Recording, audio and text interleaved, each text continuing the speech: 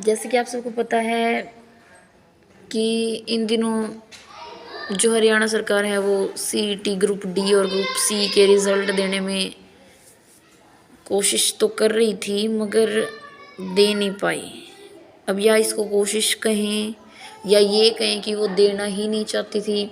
तो बहुत सारे ऐसे एस्पिरेंट होंगे जिनको ग्रुप डी में जिनका सिलेक्शन हुआ था, स्कोर अच्छा आया हुआ था और उन्होंने तैयारी भी ग्रुप डी के लिए की हुई थी, मेरे जैसे कुछ, क्योंकि मैंने ग्रुप डी के लिए तैयारी की थी।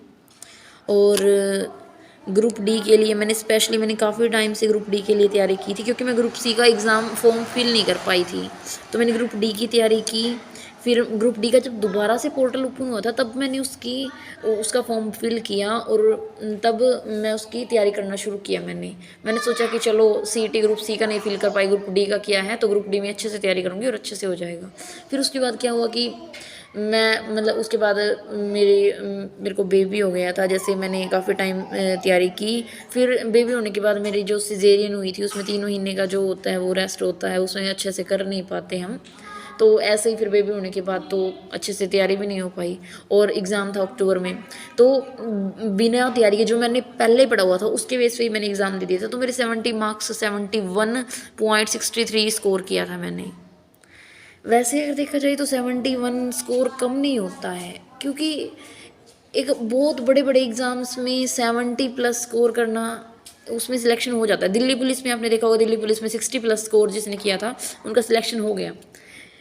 और ये दिल्ली पुलिस की जॉब और ये ग्रुप डी की जॉब डिफरेंस बहुत ज़्यादा है। ग्रुप डी होता है और दिल्ली पुलिस एक गैजेटेड पोस्ट होती है, लेकिन फिर भी इसमें नहीं हुआ। इसकी जो कट ऑफ गई है वो ऐसी जानी ही नहीं चाहिए थी। सच ये है कि सरकार ना देना ही नहीं चाहती थी बच्चों को जॉब, क्योंकि ग्रुप सी की जॉब जो बच्चे ग्रुप डी में अब लगे हैं उन्हीं के ही मार्क्स तो 85 प्लस आए हुए हैं ना। वो क्योंकि जो बच्चे ग्रुप सी की तैयारी करेगा वो ज़्यादा पढ़ेगा। जो बच्चा ग्रुप सी का पेपर क्रैक कर सकता है वो ग्रुप डी को तो बहुत ज़्यादा मार्क्स ले सकता है, और इसीलिए उन्होंने 85 प्लस मार्क्स स्कोर किए हुए थे। तो इसी जब उन्होंने ग्रुप सी की भर्ती नहीं की, ग्रुप डी की करेंगे, तो ग्रुप सी वाले बच्चों को जब ग्रुप सी मिलेगा ही नहीं तो वो ग्रुप डी में ही जाएंगे। और उस वजह से क्या होगा, जिन बच्चों ने ग्रुप डी का पेपर दिया हुआ है, जो स्पेशली ग्रुप डी के लिए अपनी तैयारी कर रहे थे, जिनका स्कोर भी ठीक आया हुआ है, 70 प्लस आया हुआ है, चलो 60 प्लस भी आया हुआ है, तो उन सारे बच्चों का सिलेक्शन हो जाता है इसमें, अगर सरकार जो है ग्रुप सी की भर्ती कर देती पहले से। देखो, जो 56-57 के बारे में बोलते हैं कि कोर्ट केस चल हुआ था, अगर 56-57 जिस टाइम पे ये पता चला था कि 41 क्वेश्चंस जो रिपीट हुए हैं, अगर वो 41 क्वेश्चन रिपीट को केस को सारे एक साइड कर करके ये दोबारा से एग्ज़ाम ले लेते तो ये मसला वहीं कमी ख़त्म, बच्चे अपना अच्छे से कर लेते, दोबारा पेपर देने में कोई दिक्कत नहीं थी बच्चों को। दूसरी बात, टीजीटी 5 मार्क्स का, चलो 5 मार्क्स का अगर केस चला हुआ था, सरकार के हाथ में सब कुछ होता है। सरकार ने ना केस की अच्छे से पैरवी की ही नहीं, वो करना ही नहीं चाहती थी कुछ भी, इसीलिए 5 मार्क्स का ये पछड़ा हुआ। मैं तो ये चाहती हूँ कि 5 मार्क्स का ये सिस्टम ख़त्म ही हो जाए, क्योंकि 5 मार्क्स के चक्कर में कभी कोई कुछ केस करेगा, कुछ अपना सीधा सिंपल भर्ती हो मार्क्स के बेस पे, मेरिट के बेस पे। ये जो मेरिट गई है ना, ये मेरिट सरकार की वजह से गई है कहीं ना। जो ये खट्टर सरकार है ना, एक सच्चाई ये है कि खट्टर सरकार ने ये सोचती है कि जो विधानसभा के चुनाव होंगे ना आगे, उसके लिए ये अपना ग्रुप डी की भर्ती को रोक लेंगे, क्योंकि अभी इन्होंने देखो 13,500 भर्ती थी, उसमें से सिर्फ 10,000 कुछ को वो किया है। इसमें से ज्वाइनिंग भी आधे बच्चे नहीं करेंगे, कुछ ही करेंगे, तो इनके पास भर्ती बच गई। क्योंकि 2-4 महीने के बाद ये दोबारा से ग्रुप डी की भर्ती कहाँ से निकालेंगे, क्योंकि ग्रुप डी की तो सारी सीट फिल हो जाएंगी। तो इसीलिए उन्होंने ये तरीका निकाला कि अपना ग्रुप सी की भी ऐसी रहेंगी और ग्रुप डी की भी, यही जो पोस्ट खाली हैं यही ग्रुप सी की दोबारा से निकाल देंगे और यही ग्रुप डी की। लेकिन चलो, जो भी हुआ जैसे भी हुआ, जब हमने ग्रुप डी की तैयारी की थी, देखो रहना तो ग्रुप डी में किसी का वो नहीं होता है कि ग्रुप डी में ही रहना है। अगर मेरा ग्रुप डी में सिलेक्शन हो भी जाता तो भी मैं ग्रुप सी के लिए प्रिपेयर करती आगे। अब नहीं हुआ, कोई बात नहीं, अब भी मैं ग्रुप सी के लिए प्रिपेयर करूँगी, अब पहले से और ज़्यादा बेहतर, और ज़्यादा अच्छा। कोशिश तो यही रहती है कि चलो हम अच्छा करें। सरकार करने ही नहीं देती है बच्चों को, पता नहीं क्या हरियाणा में हर तरीके की धांधलियाँ, हर बार हर भर्ती पर कोर्ट केस, तारीख तारीख तारीख। ये कोर्ट केस ना कभी नहीं निपटने वाला, तो जिन बच्चों का ग्रुप डी में नहीं हुआ और सीईटी दे रखा है, तो ये कोर्ट केस के भरोसे या हमारी भर्ती होगी, इस पचड़े में नहीं पड़ना, आगे अपनी तैयारी करो अच्छे से। सरकार को जो करना था वो कर चुकी, क्योंकि अगर तुम्हारे अंदर दम है ना, तुम्हारे अंदर कैपेबिलिटी है कुछ करने की, तो तुम ग्रुप डी क्या ग्रुप सी भी क्रैक कर लोगे। पढ़ना ही तो है, थोड़ा कम और थोड़ा ज़्यादा, सिलेबस सेम आना है। देखो math, reasoning, GK, Haryana GK, हाँ, इंग्लिश, हिंदी, ये सारी चीज़ें सेम है। बस किसी में क्वेश्चंस ज़्यादा आ गए, किसी में थोड़ा डिटेल आ गई, किसी में थोड़ा सा ऊपर ऊपर से आ गया, बस हमें तो डिटेल में ही पढ़ना है। तो वो पेपर बनाने वाले का सिस्टम जो सेट कर रखा है वो उस तरीके से पेपर बनाते हैं। तो गाइज़ मेरी आप सबसे यही गुजारिश है कि निराश ना हो, क्योंकि मैं खुद मेरा ना ज़िंदगी में ये दूसरा पेपर क्रैक हुआ था।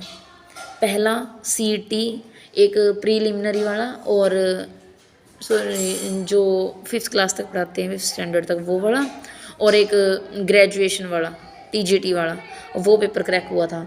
फर्स्ट टाइम में वो हुआ पिछले साल, और अब जो मैंने ग्रुप डी का पेपर दिया था अब ये क्रैक हुआ था। हाँ, बस मुझे एक कॉन्फिडेंस आ गया है, क्योंकि पहले कोई पेपर क्रैक ही नहीं हुआ था। अब ये कॉन्फिडेंस है कि हाँ मैं पेपर क्रैक कर सकती हूँ, और इस बार फिर सिर्फ पेपर क्रैक नहीं कर सकती हूँ, मैं 71 मार्क्स मैंने स्कोर कर लिए, वो उससे अबव हैं, 71 प्लस हैं। तो अगर मैं बहुत अच्छी तैयारी करूँगी तो मैं उससे ज़्यादा कर लूँगी। अगर मेरी तैयारी लगातार चलती रहती तो मैं 80 प्लस तो मेरा स्कोर हो ही जाता। बट ठीक है, मुझे इस बात का कोई अफसोस नहीं, मेहनत करनी है, मैं करूँगी, कोई बात नहीं, नेक्स्ट टाइम सही, इस बार ना सही। तो आप सबसे यही बात कहना चाहूँगी कि आप सब भी मेरे साथ तैयारी कीजिए, स्टार्ट करेंगे। देखो मेरा बेबी छोटा है, तो मेरा डेली का रूटीन वो सेट नहीं हो पाता है जो मतलब एक स्टूडेंट का होना चाहिए, क्योंकि आपको पता है छोटा बेबी, जैसे मेरा बेबी 8 मंथ का है, 8 मंथ में बच्चे को उनके साथ बहुत ज़्यादा काम हो जाता है। उसको उस टाइम पे सबसे ज़्यादा अपनी मदर की नीड होती है, और मदर भी जो है बच्चे से मतलब सब कुछ, उसको दूध पिलाना है, उसको कुछ खिलाना है, शूशू पोटी, बहुत काम हो जाते हैं। तो इसलिए इतना वो तो नहीं होगा, बट जो भी मेरा डेली रूटीन बनेगा मैं आपके साथ शेयर करूँगी। अभी तो नहीं कह सकती मैं, हाँ, बट जैसे 2-4 दिन में, हफ्ते में, 10 दिन में, जैसे ही मेरा रूटीन सेट होगा तब से मैं आपके डे 1 से मैं आपके साथ डेली व्लॉगिंग करूँगी, और डेली मैं आपके साथ रूटीन डालूँगी कि मैं कैसे बच्चे के साथ अपना टाइम मैनेज करती हूँ, और आप भी मेरे साथ पढ़िए क्या क्या स्ट्रैटेजी शेयर करूँगी कि कैसे क्या प्रिपरेशन करनी है। मतलब ऐसी प्रिपरेशन करनी है कि जैसे मैंने की थी ना प्रिपरेशन, मुझे उससे बहुत खुशी है, क्योंकि जिस टाइम पे मैं नहीं पढ़ पाई, मेरी वो पिछली पढ़ाई की गई वही काम आ गई, उससे ही मैंने 71 प्लस स्कोर कर लिया। और अगर मैं लगातार पढ़ती तो मैं, आपको पता है, ज़्यादा स्कोर कर पाती। तो गाइस निराश ना हो, तैयारी करो अच्छे से, बेस्ट ऑफ लक, क्योंकि नेक्स्ट सीईटी आपका है, आपके ही हक में होगा।